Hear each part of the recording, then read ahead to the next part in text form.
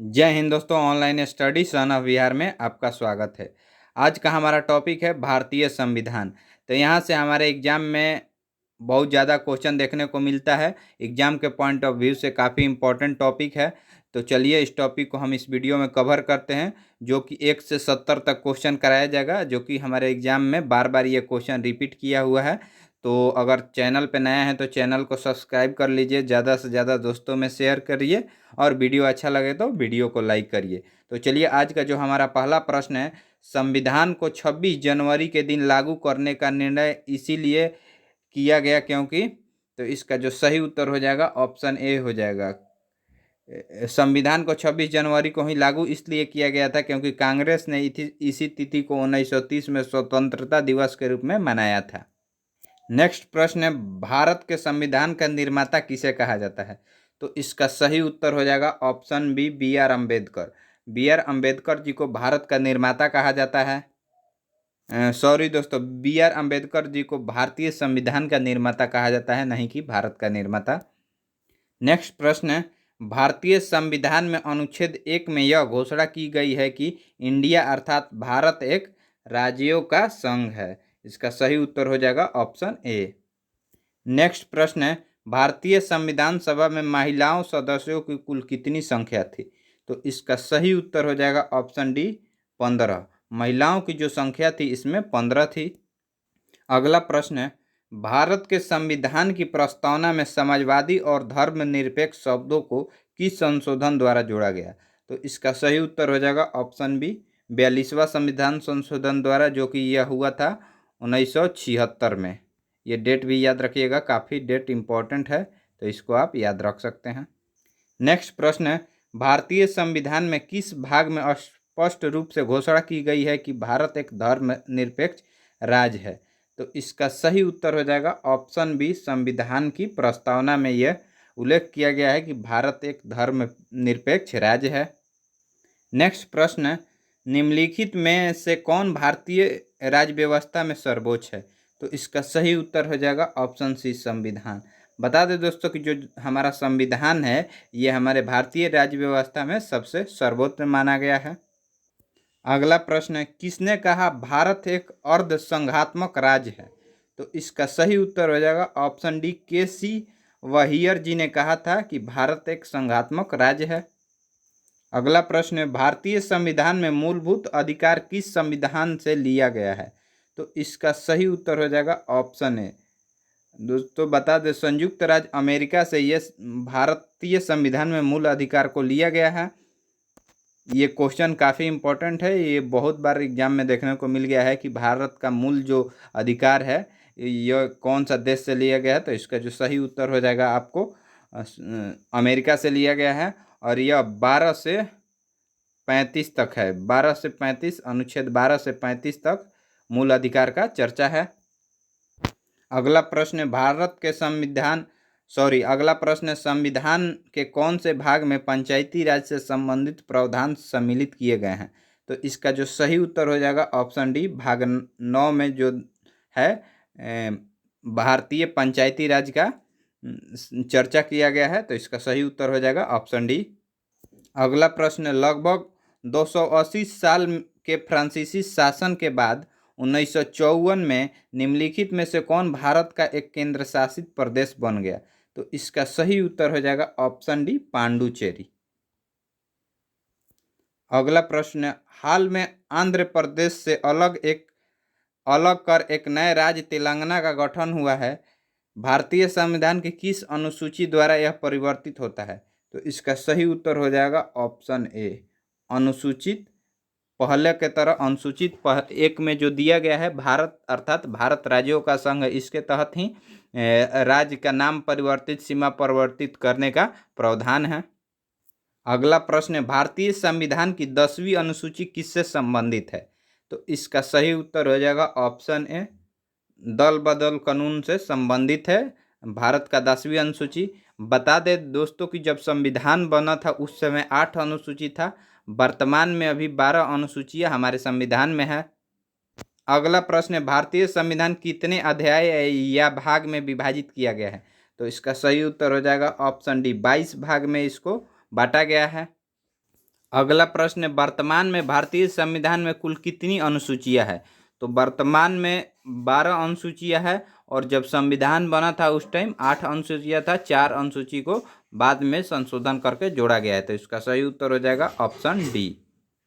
Next प्रश्न है, संविधान सभा द्वारा अंतिम रूप से पारित संविधान में कुल कितनी अनुसूची थी? तो ये क्वेश्चन रिपीट कर गया, तो इसका सही उत्तर हो जाएगा ऑप्शन बी, 8 अनुसूची जब संविधान बनाया गया था, बाद में 4 उसमें जोड़ा गया संविधान संशोधन करके, तो अभी वर्तमान में 12 अनुसूचियां हैं। नेक्स्ट प्रश्न है, संविधान के अनुच्छेद 1 में भारत को क्या कहा गया है? तो अनुच्छेद 1 में भारत को कहा गया है भारत राज्यों का संघ है। दूसरा में कहा गया है अगर संसद चाहती है किसी सह राज्य को अपने में मिलाना, तो दूसरा अनुच्छेद के तहत उसमें मिला सकती है। इसमें सांसद अपने सह राज्यों को मिला सकता है। जैसे कि आपको एग्जाम्पल में सिक्किम है, उसमें राष्ट्रपति हस्तक्षेप नहीं कर सकते हैं। इसे 368 के बाहर रखा गया है। अगला प्रश्न है, निम्नलिखित में किन अनुच्छेदों द्वारा भारतीय संविधान नागरिकों को मूल अधिकार प्रदान करता है? तो मूल अधिकार प्रदान करने का जो अनुच्छेद है 12 से 35 तक है।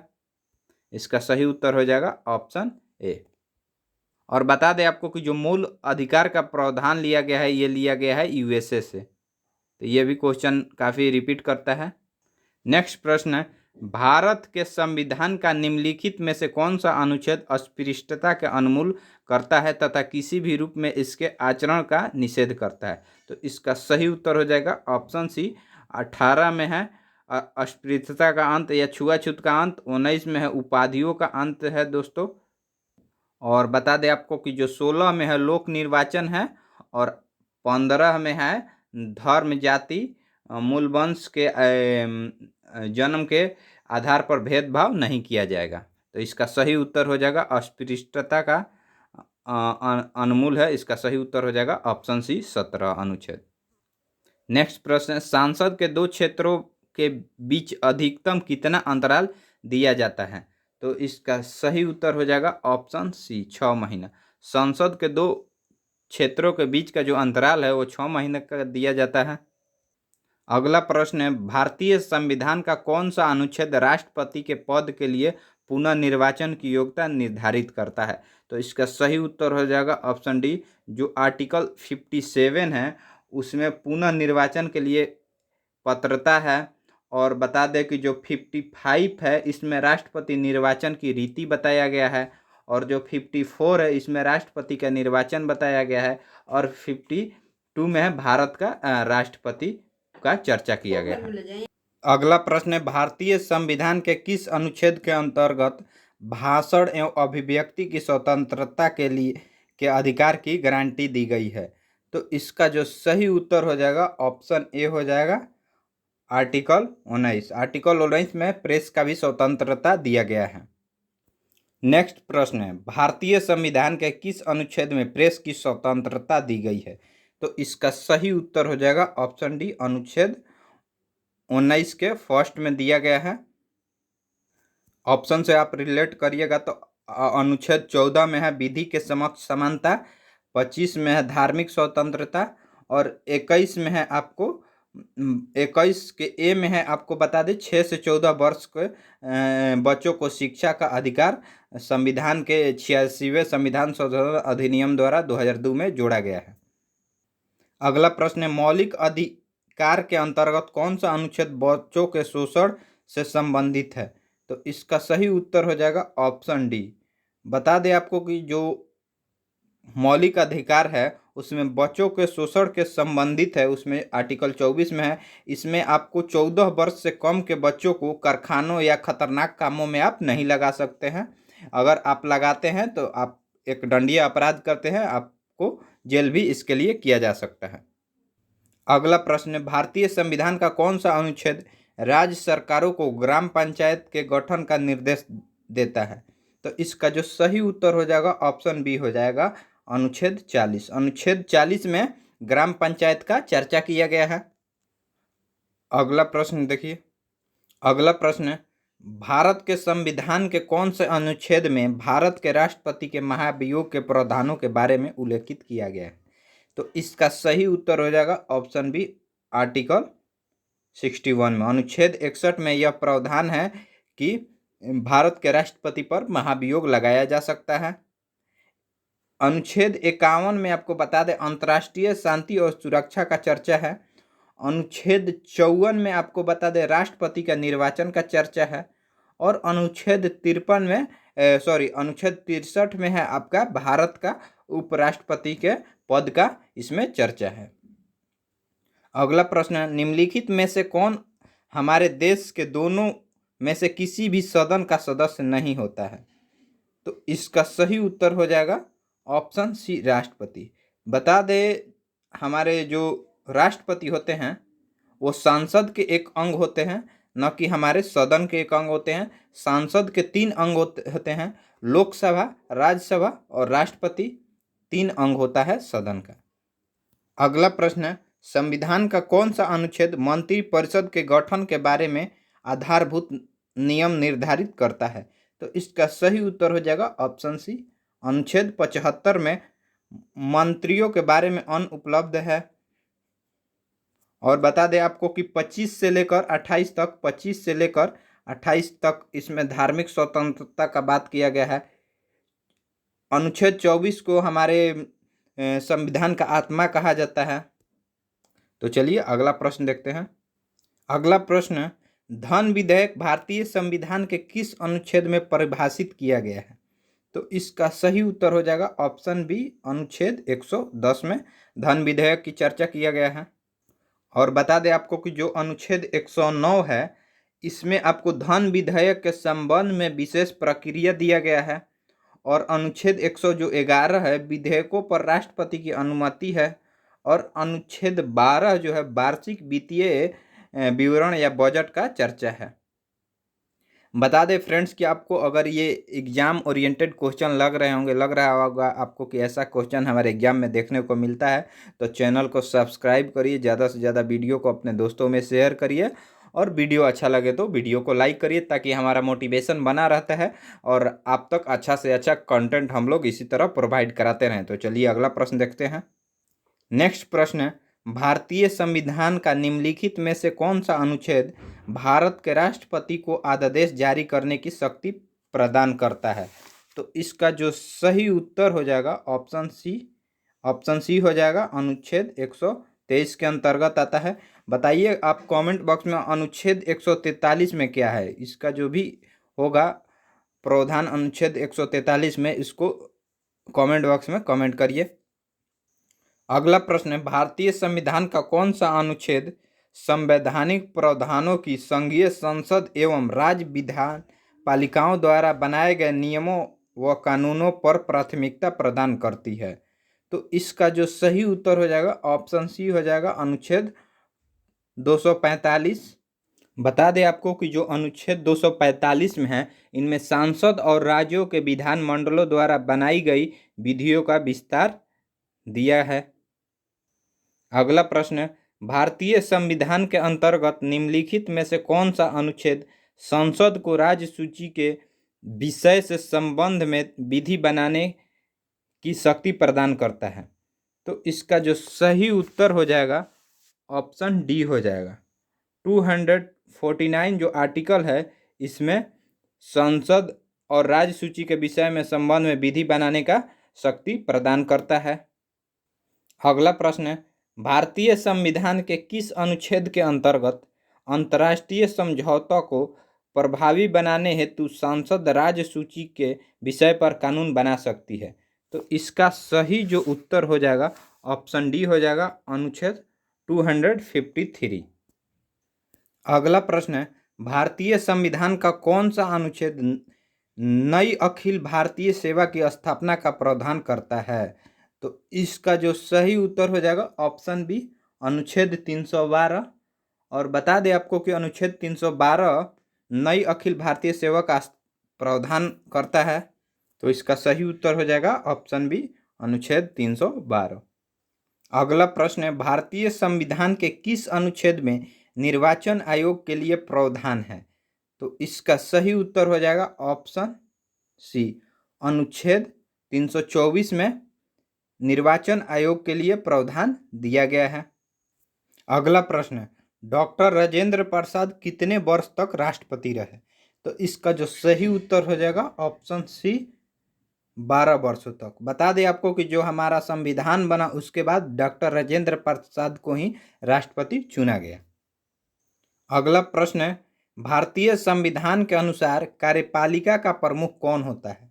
तो इसका सही उत्तर हो जाएगा ऑप्शन सी, राष्ट्रपति।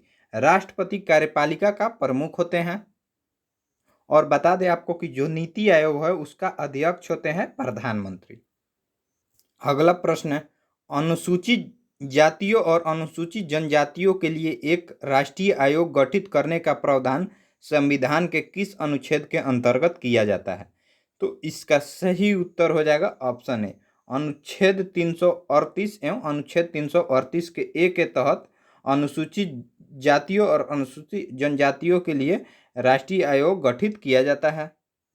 अगला प्रश्न है, भारत में बाहरी आक्रमण अथवा सशस्त्र विद्रोह के कारण भारत के राष्ट्रपति द्वारा राष्ट्रीय आपात की घोषणा किसके अंतर्गत की गई?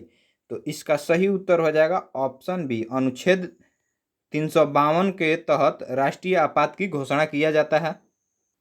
अगला प्रश्न है, भारतीय संविधान का कौन सा अनुच्छेद राज्यों में संवैधानिक तंत्र के असफल होने की स्थिति में राष्ट्रीय शासन का प्रावधान करता है?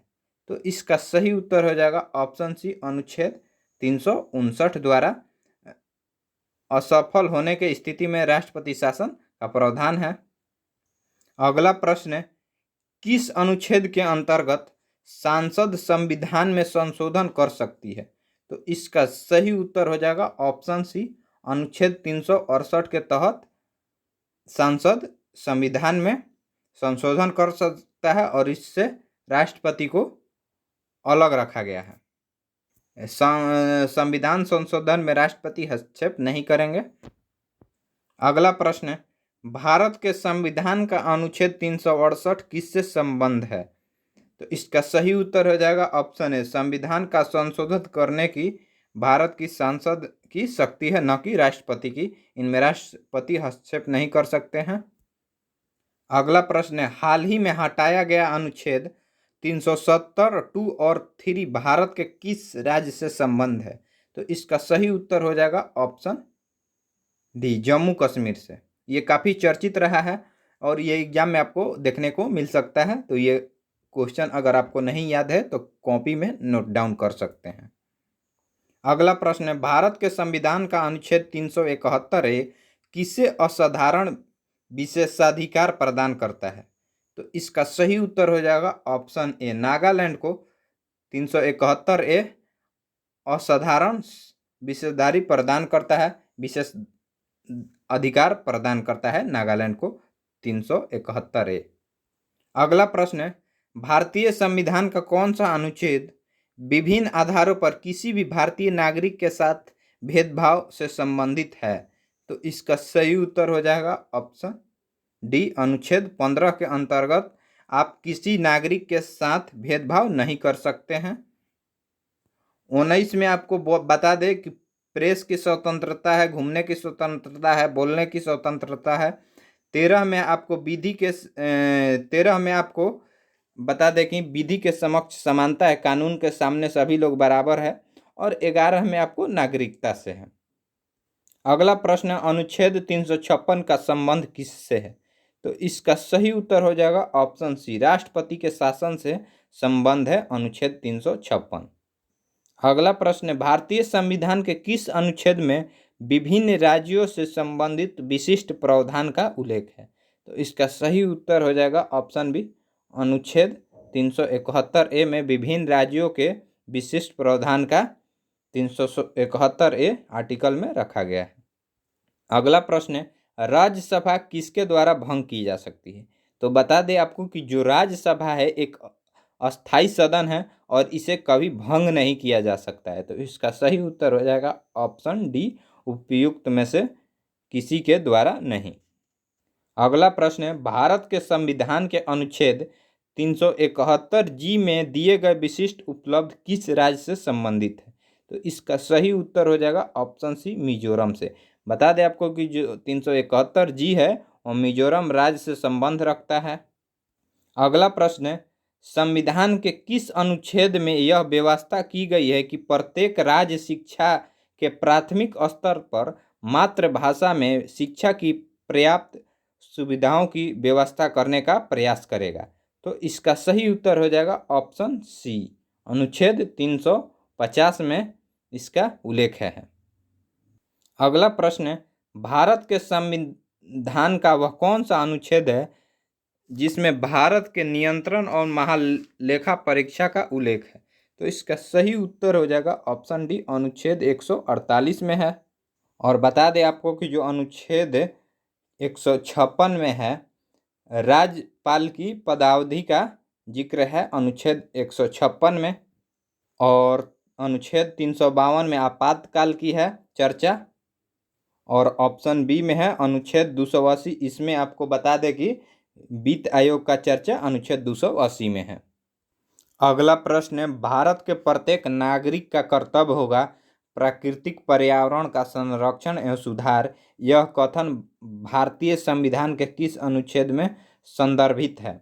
तो इसका सही उत्तर हो जाएगा ऑप्शन ए, अनुच्छेद 48 के ए में। 48 के ए में बता दें आपको कि पर्यावरण का संरक्षण तथा संवर्धन और वन तथा वन जीवों की रक्षा करना, यह 42वें संविधान संशोधन अधिनियम द्वारा जोड़ा गया था। और आपको बता दें जो अनुच्छेद 51 का ए है, इसमें है, इसको मूल कर्तव्य के तौर पे जाना जाता है। यशवंत सिंह समिति के सिफारिश पर 42वें संविधान संशोधन द्वारा यह 1976 में जोड़ा गया था। तो ये भी आप याद कर सकते हैं, काफ़ी इम्पोर्टेंट है। और अनुच्छेद 56 में आपको बता दें कि है राष्ट्रपति की पदावधि। और अनुच्छेद 21 में है दैहिक स्वतंत्रता का प्रावधान है अनुच्छेद 21 में। अगला प्रश्न है, राज्य विधानसभाओं में आंग्ल भारतीय समुदाय के लिए प्रतिनिधित्व का प्रावधान भारत के संविधान के किस अनुच्छेद द्वारा किया गया है? तो इसका सही उत्तर हो जाएगा ऑप्शन डी, अनुच्छेद 333 के तहत आंग्ल भारतीय समुदाय का प्रावधान है। अगला प्रश्न है, भारतीय संविधान का कौन सा अनुच्छेद भारत की विदेश नीति से संबंधित है? तो इसका सही उत्तर हो जाएगा ऑप्शन डी, अनुच्छेद 51। बता दें अनुच्छेद 51 में शांति के बारे में भी चर्चा किया गया है, विदेश से अच्छा संबंध हो, इन सब चीज़ों के बारे में अनुच्छेद 51 में चर्चा किया गया है।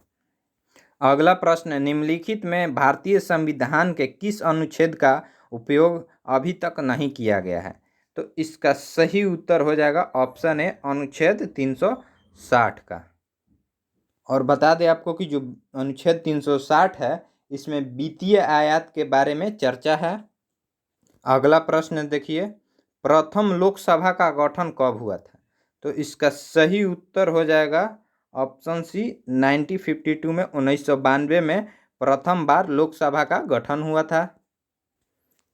अगला प्रश्न, निम्नलिखित में से पॉपुलर चैम्बर किसे कहा जाता है? तो इसका सही उत्तर हो जाएगा ऑप्शन डी, लोकसभा को पॉपुलर चैम्बर कहा जाता है। राज्यसभा को अस्थायी सदन कहा जाता है, इसे भी आप याद रखिए। अगला प्रश्न है, भारतीय संविधान के किस अनुच्छेद में नए राज्य के प्रवेश या स्थापना का प्रावधान किया गया है?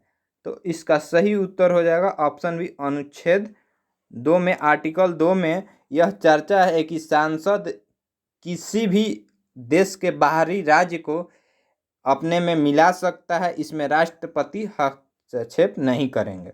और उसके बाद अनुच्छेद 3 में है, अगर इसके मिलाने के बाद इसके नाम और सीमा में परिवर्तन करने का अधिकार सांसद को है। अनुच्छेद 1 में है भारत राज्यों का संघ है। और अनुच्छेद 4 में अगर 2 या 3 का प्रयोग कर सकते हैं, इसका उल्लेख अनुच्छेद 4 में है। अगला प्रश्न है, डॉक्टर अंबेडकर के अनुसार कौन सा अनुच्छेद भारतीय संविधान का सबसे महत्वपूर्ण अनुच्छेद है? तो इसका सही उत्तर हो जाएगा ऑप्शन सी, अनुच्छेद 32। अनुच्छेद 32 को डॉक्टर अंबेडकर के द्वारा ही कहा गया था कि यह भारतीय संविधान का आत्मा है। अगला प्रश्न है, निम्नलिखित में से कौन राष्ट्रपति के प्रसाद प्रसंत अपना पद धारण करता है? तो इसका सही उत्तर हो जाएगा ऑप्शन डी, भारत का महान न्यायवादी। यह राष्ट्रपति द्वारा चुना जाता है और जब भी राष्ट्रपति चाहे इनको हटा सकते हैं। इसका सही उत्तर हो जाएगा ऑप्शन डी। अगला प्रावधान है, किसी राज्य में विधान परिषद की स्थापना और समाप्ति का प्रावधान है किस अनुच्छेद में? तो इसका सही उत्तर हो जाएगा ऑप्शन बी, अनुच्छेद 169 में यह दिया गया है कि सांसद किसी भी राज्य में विधान परिषद स्थापना कर सकता है और उसे समाप्त भी कर सकता है। अभी बता दें आपको कि 6 राज्यों में विधान परिषद है। आपको बिहार में है, उत्तर प्रदेश में है, महाराष्ट्र में है, आंध्र प्रदेश में है और एक तेलंगाना में है। इन 6 राज्यों में आपको विधान परिषद है। भारत के वर्तमान में 6 राज्यों में ही विधान परिषद है। अगला प्रश्न है, भारतीय संविधान के किस अनुच्छेद में अनुसूचित जातियों और अनुसूचित जनजातियों के लिए आरक्षण का प्रावधान किया गया है? तो इसका सही उत्तर हो जाएगा ऑप्शन डी, अनुच्छेद 355 में अनुसूचित जातियों और अनुसूचित जनजातियों के लिए आरक्षण का प्रावधान है। अगला प्रश्न, भारत के संविधान का निम्नलिखित में से कौन सा अनुच्छेद समान नागरिक संहिता से संबंधित है? तो इसका सही उत्तर हो जाएगा ऑप्शन डी, अनुच्छेद 44। बता दें आपको कि जो अनुच्छेद 44 है इसमें है नागरिकों के लिए एक समान सिविल संहिता लागू करना, इसमें दिया गया है। और बता दें कि जो अनुच्छेद 46 में है अनुसूचित जनजातियों और अनुसूचित जनजातियों के संबंध में है। और अनुच्छेद 45 में है 6 वर्ष के कम आयु के बच्चों के लिए निःशुल्क शिक्षा का प्रावधान है। ये 86वें संविधान संशोधन 2002 में जोड़ा गया था। और अनुच्छेद जो 43 में है कर्मकारों के लिए निर्वाह योग्य मजदूरी देना, और इसमें अनुच्छेद 43 के क और ख जोड़ा गया है, जिसमें उद्योग के प्रारंभ में कामगारों की भागीदारी 42वें संविधान अधिनियम द्वारा जोड़ा गया। और अनुच्छेद 43 के ख में संविधान का 97वां संविधान संशोधन किया गया, 2011 द्वारा स्थापित किया गया। अगला प्रश्न, संपूर्ण भारत के भूभाग में मुक्त रूप से आवागमन करने का अधिकार भारतीय संविधान के किस अनुच्छेद के अंतर्गत मौलिक अधिकार है? तो इसका सही उत्तर हो जाएगा आपको ऑप्शन ए, अनुच्छेद 19 में। अनुच्छेद 19 में आपको बोलने की स्वतंत्रता है, घूमने की स्वतंत्रता है और प्रेस की स्वतंत्रता है इसमें। और बता दें आपको कि अनुच्छेद जो 24 है इसमें बाल श्रम के लिए है। इसमें कारखानों में 14 वर्ष के उम्र से कम के बच्चों को खतरनाक कामों में आप नहीं लगा सकते हैं।